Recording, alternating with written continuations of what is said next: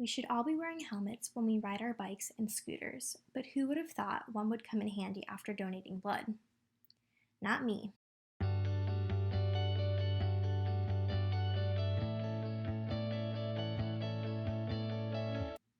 Hello, my name is Julie Bowers, and this presentation is going to look at concussions and non-sports related injuries. To start off, let's discuss a little bit about concussions. A concussion is a traumatic brain injury caused by impact to the head or body that results in the brain moving back and forth in your skull. This movement causes literal chemical changes in the brain, resulting in various side effects. Some of these include difficulty remembering, confusion, dizziness, mood changes, headaches, nausea, sensitivity to light and noise, and even just feeling slowed down. These symptoms can last many weeks and greatly affect daily life activities and interactions. As discussed in the book, many factors affect vulnerability, which indicates access to and quality of care. When we look at concussions with the vulnerability model, it can help us understand who is at risk for concussions and what their access to care and health looks like. Some predisposing factors for concussions include playing sports, exposure to physical violence, prior concussion, those in the battlefield, and being a woman. Some enabling factors I will discuss later include access to care and support networks and likelihood of seeking care. When discussing need, it seems as though how one perceives their illness and need for resources and accommodations in everyday life greatly affects one's concussion recovery experience. According to the CDC, in 2014, around 2.87 million TBI-related ER visits, hospitalizations, and deaths occurred in the United States. In children aged 0 to 17, 70% of concussions were sports-related, while the other 30% can be attributed mostly to falls, being struck by an object, and motor vehicle accidents. While non-sports-related concussions account for about one-third of all concussions, research on them is severely lacking, as the focus remains heavily on those involving sports. Now, is there a difference in injury in sports versus non-sports concussions? Not really. Between the two, there is very little difference in the actual damage to the brain, but as I noted earlier, medical care and concussion detection in sports is caught and reported more, which contributes greatly to there being more research in this area.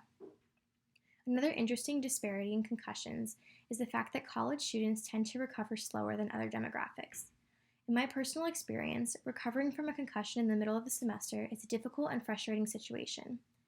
In a study done on college students, researchers found that varsity student athletes took about a week less time to completely recover compared to club or recreational athletes. This is likely due to higher amounts of medical support for student athletes.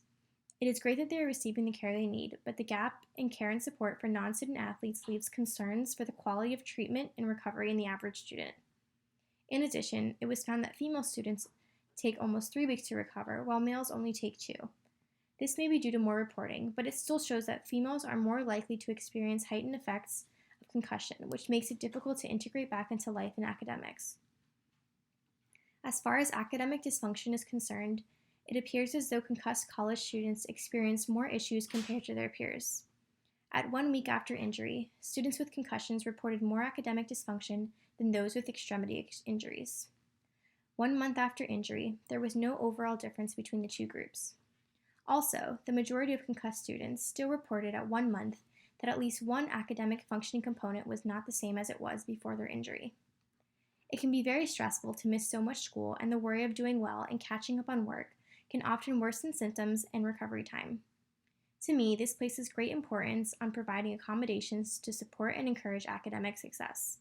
Similar to the suggestions found for concussion recovery in student athletes, specific adjustments should be tailored to students to help them reintegrate into school. These could include shortened school days, tutoring, reductions in workloads, and extended time to complete assignments and take tests. By now, I hope you are able to understand that non-sports related concussions are underreported, under-researched, and undertreated. Brain injury is nothing to joke about. There are many consequences that can occur if concussions are not treated properly and promptly. This is why it is very important for providers and educators to provide the public with information about avoiding concussions, detecting and treating them, and the best ways to get back to normal daily life. Overall, more research should be done on non-sports related concussions and people of all ages, so guidelines can be tailored appropriate to different groups so everyone suffering from concussions has the best ability to achieve a quality recovery. To finish off this presentation, I leave you with these questions.